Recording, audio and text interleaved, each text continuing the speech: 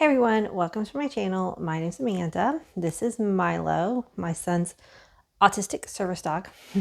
In today's video, I actually have like quite a few different topics that I want to talk about. He's smelling, this is one of those necklaces where you put essential oils on it. Do you smell the probably peppermint that I had on it last? I didn't fill it up this morning.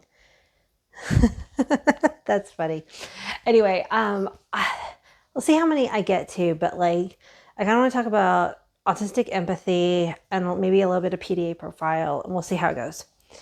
So I spent a lot of this week thinking about empathy, and I've done videos on it before, but as y'all all know, this is a vlog of my lived experience after getting diagnosed with autism and ADHD, and I'm learning as I go. So what I may have said on videos, a couple months ago, I've learned a lot more since then.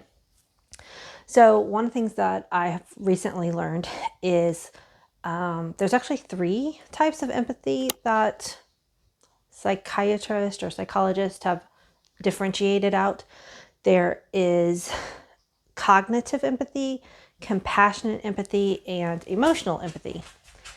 Bye, Milo. Okay, well, if he's not going to be in the shot, I'm going to pull it in a little bit closer. Anyway, so compassionate, cognitive, and emotional empathy. And there is a very pervasive stereotype that autistic people lack empathy in general, but oftentimes an autistic person will have different levels. And I think this is with any person. People will have empathy in different areas of the 3 different types. But with like autistic people, some autistic people might really be hypo-empathetic across the board. And the thing is, there's a lot of autistic people who are so hyper-empathetic that it impedes the quality of life. And honestly, if you're really low in empathy, that can affect relationships too, because so many people have empathy collapsed with morality. And if you are a highly empathetic person, you get judged as being a good person. But if you aren't, then people think that you're a bad person. But empathy is not moral. It's like you can lack empathy and still choose to take actions and make choices and do things that would make you a good person. So I'm gonna, give myself as an example. From my therapy sessions and like breaking down and self-reflection, I am pretty much lacking compassionate empathy and have almost my entire, I don't think empathy is, like, some people think that empathy is a skill you can work on. And I don't think that's true. I think if you have cognitive empathy, then you can work on appearing to have more compassionate empathy. But just to give some definitions, cognitive empathy is where you really want to understand where the other person is coming from. You use a lot of logic and you are trying to really put yourself in their situation to understand why they're feeling the way they're feeling. Emotional empathy is like you are taking on and feeling the same emotions that person is feeling. And compassionate empathy is where you really want to help and support that person through whatever they are dealing with and going through. So like I said, I am really low lacking in compassionate empathy. Whatever that brain response is, when I see somebody who is needing help, I don't feel like that urge to want to help them from an empathetic standpoint. But I have very high cognitive empathy. So if I can understand why the person is feeling that way and why they're in the situation, and I can come at it from a logic, then sometimes I will take actions that will help and support that person from a, what looks like, and I used to mask as compassionate empathy, but I don't feel that as like my first response. And then emotional empathy, that one I would say is really low for me, but I do have some, especially with children and animals. If I see an animal in distress, I like feel that animal's emotions. Like I cannot, if I'm watching a movie and an animal, or reading a book and an animal dies or gets injured in that movie or book, like it makes it where it's really hard for me to continue on with that story. When I was really little, I would not read most books that had horses in them because I don't know why, but so many children's books with horses, the horse like dies or something bad happens to the horse. Like I don't understand why they didn't have other plot points with horses, because I loved horses as a little girl, but stories about horses, at least the ones that I always came across, were so sad. So I couldn't read them. Now I understand, because my emotional empathy towards animals and young children is much higher, and it would trigger and make me feel too strong of feelings that I couldn't cope with. But as far as compassion empathy, as a mom, when my kids would get sick, and this is, before I was diagnosed, before I knew all this is just like kind of going on gut instinct. When my kids would get sick, luckily my husband has very high compassion empathy, because I'd be like, kids, go to daddy. He'll help you out. He will cuddle you and wipe your noses. And, like he was a really good caretaker when they were sick, because when my kids got sick and were much more needy in that kind of way, I would just like be overwhelmed. It was like, I just, again, my compassion empathy was not high, but I was a super great mom. It was just, I'm glad my husband had that in a higher level than me, because then I didn't have to.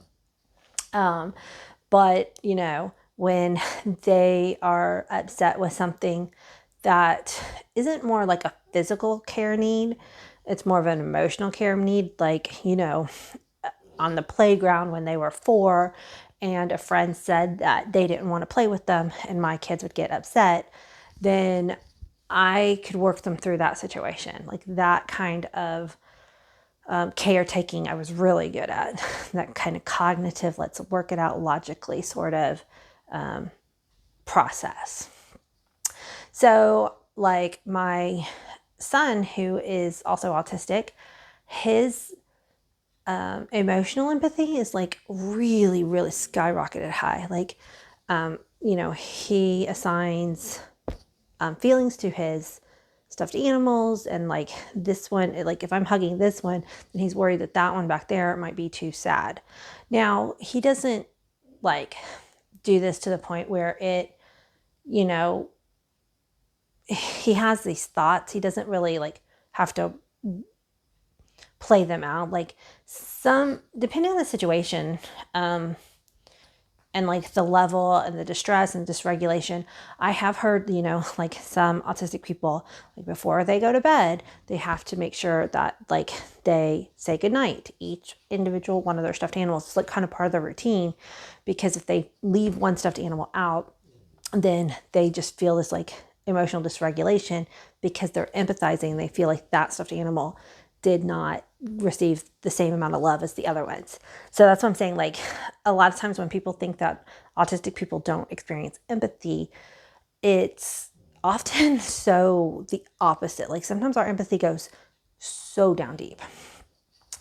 And then I wanted to give like an example this week that happened.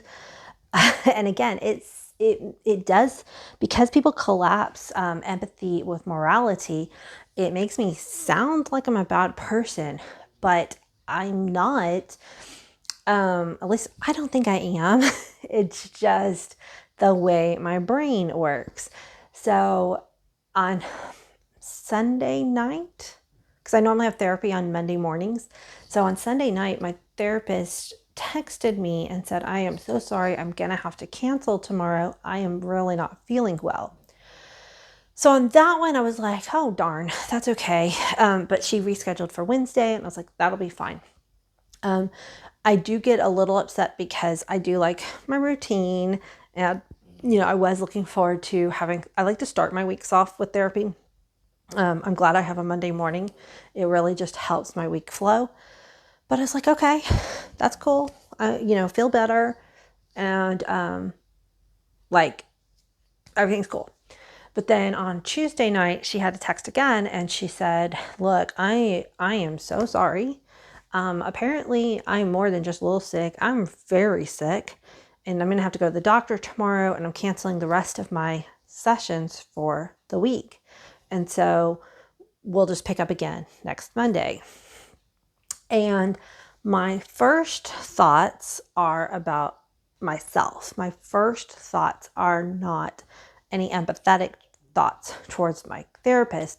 My first thoughts are like, oh, this is going to dysregulate me. This is upsetting. I wanted my therapy session this week.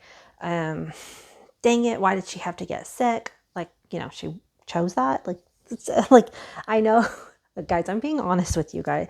Like, very vulnerable to say all these horrible things out loud.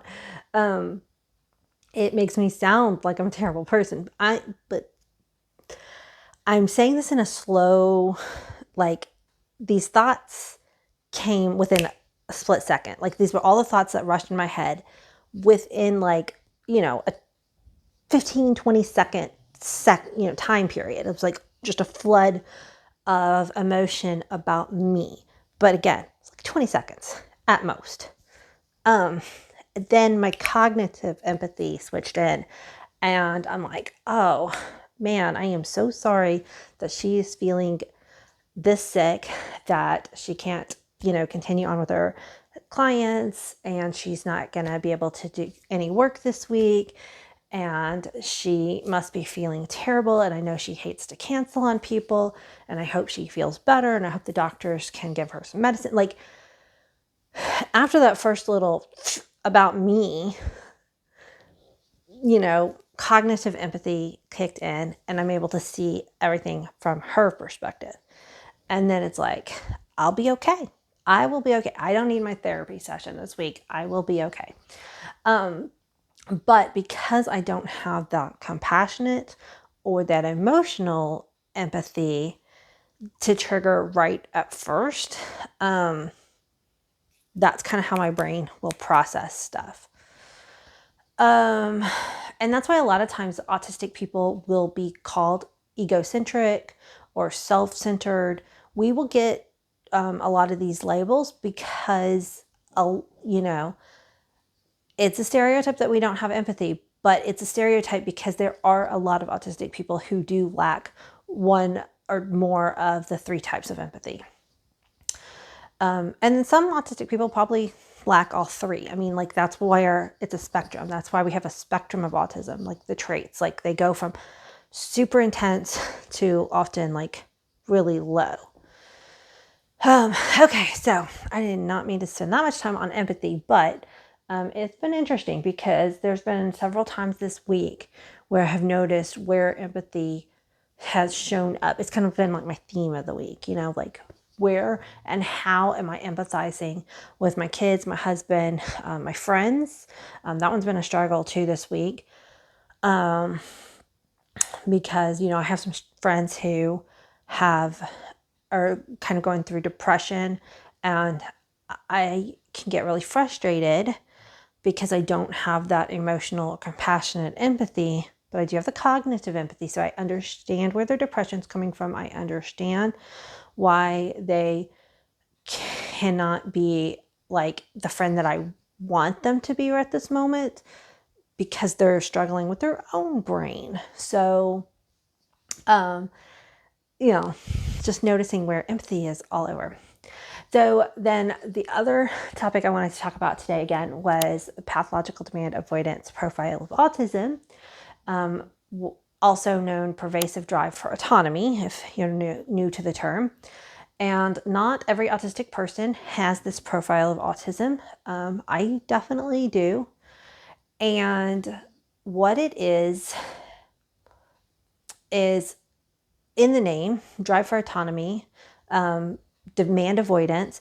When my brain perceives something as a demand, it feels threatened and it triggers the stress responses of fight, flight, fawn, or freeze, depending on which one it is, or excuse me, depending on what the circumstances are, different ones will be triggered at different times. So it's not always the same trigger.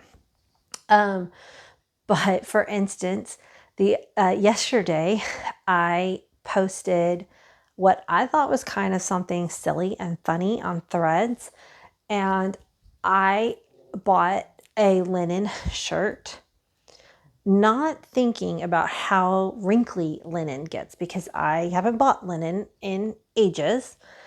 And when I washed it, and I tell you, it came out of the washing machine as a wrinkled little ball. And I'm like, oh, yeah, I should have known this. I didn't even think about this when I bought it. And so I like shook it out and I hung it up to dry, hoping like some of the wrinkles would fall out. And I'm probably going to have to iron it. But like ironing and ADHD, it's not a good combo. Like our executive functioning, like I'm doing good to do laundry. If I have to iron stuff, it's just not going to happen.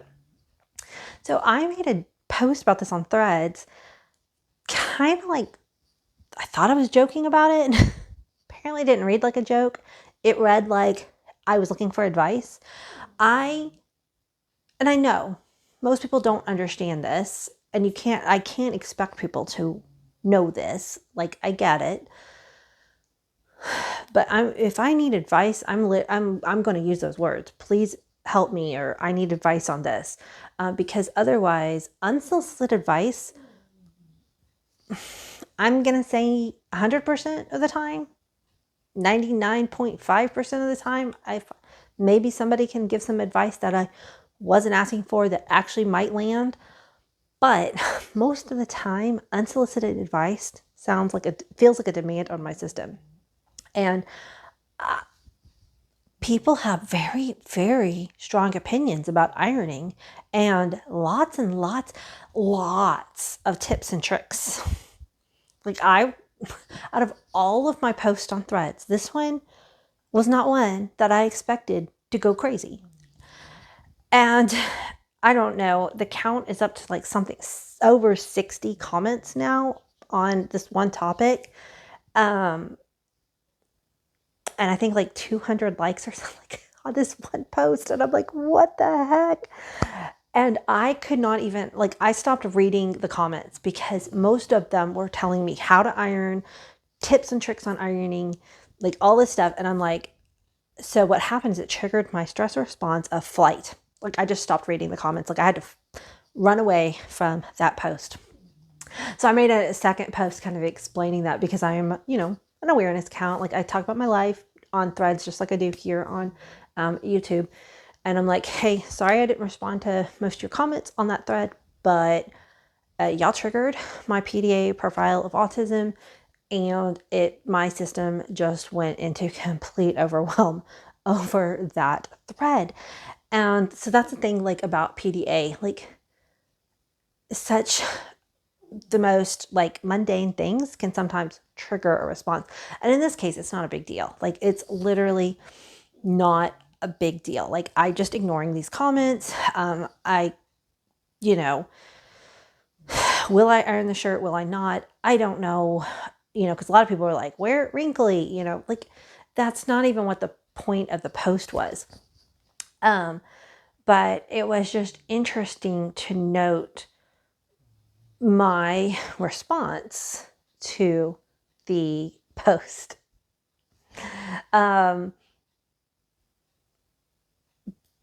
But if you are wanting to give some advice to somebody with a pathological demand avoidance profile of autism, the best way, and this isn't fail-safe, but a better way to do it, is to share a relatable story and let the advice kind of just present itself.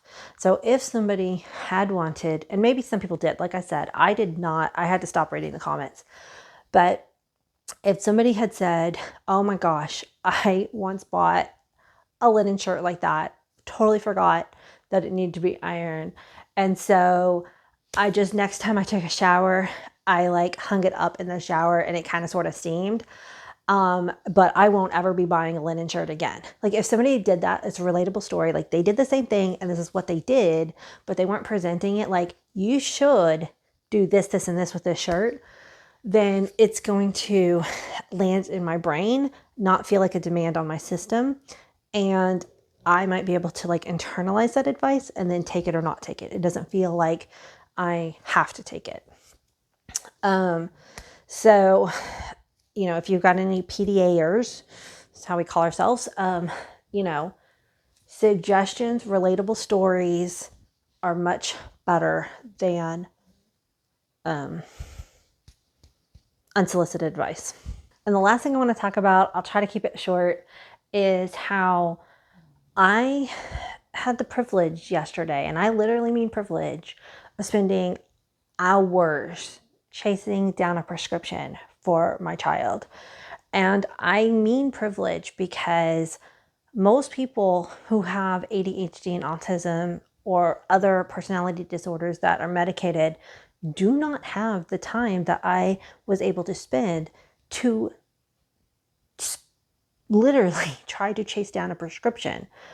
The system is so messed up. So my child had 2 pills left, and you cannot fill this class medication until you only have like 2 pills left. But I didn't know that there was no refill. That was a miscommunication because last time there was a refill. So when there was 2 pills left, I just called the pharmacy, got the prescription filled. This time there wasn't, and I didn't know to look for that. I didn't know that that was even an option, because I'm still learning, you know, medication procedures. My kid's appointment isn't until Tuesday. So she ran out of medicine before her next doctor's appointment. So yesterday I was calling their office. Nobody was answering their phones. The front desk wasn't answering the phone. They were not answering their portal messages. They were not answering their email from the front desk. Like, I had no way to contact the doctors. And she was going to run out today and not be able to have pills until Tuesday. And this is a type of medication that you're really not supposed to stop cold turkey without withdrawal symptoms, which, you know, not fun for anybody. So I did a mom thing. I'm not recommending this. I'm not saying that you should do this. I chose to do it. I weighed the consequences and just decided whether or not it was going to be worth the risk.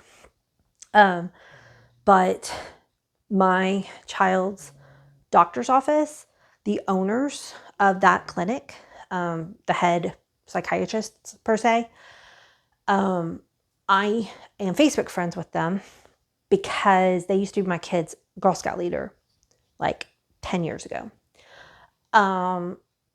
So they are not my kids' doctors because of the personal relationship we had years ago. You know, we see a different doctor in their office, and I am not personal friends with them. Like literally an acquaintance from 10 years ago that just never got deleted out of my Facebook group, my Facebook page.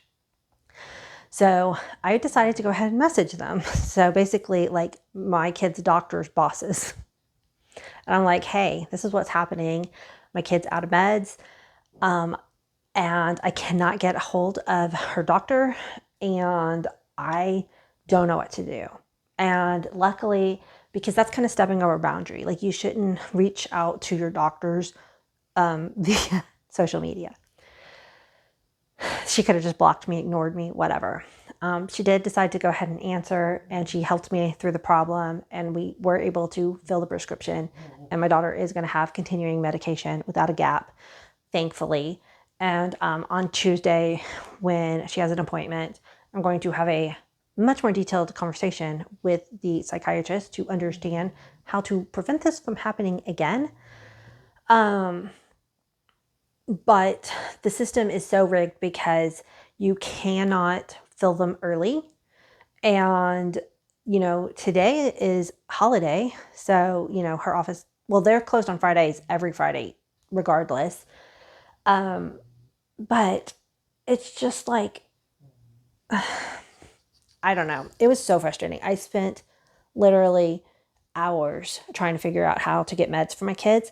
And my anxiety yesterday was like through the roof. But we got it all handled. I'm telling you, if moms could rule the world, we could get anything done. Thank you guys so much for continuing this vlog with me and being on my journey with me. I appreciate it more than words can say. Until the next one, bye. Oh yeah, one more thing before I go. If any of y'all watched my last video on, right now the title is like autism decision making, but it's the one right before this. Write down below in the comments here if you liked it. And if you watched it and you didn't like it, can you like let me know? Because that video bombed so hard and I was really proud of it. I really liked that video. So I'm just not sure what happened with it. I mean, some videos are going to be good, some aren't. But as a creator, I don't know where I let y'all down on that one. So, and even though I am asking for specific advice on that, please be kind. Just, I know autistic blunt is real, but you know, remember, I am the creator of the video, so please be kind. Thanks, guys.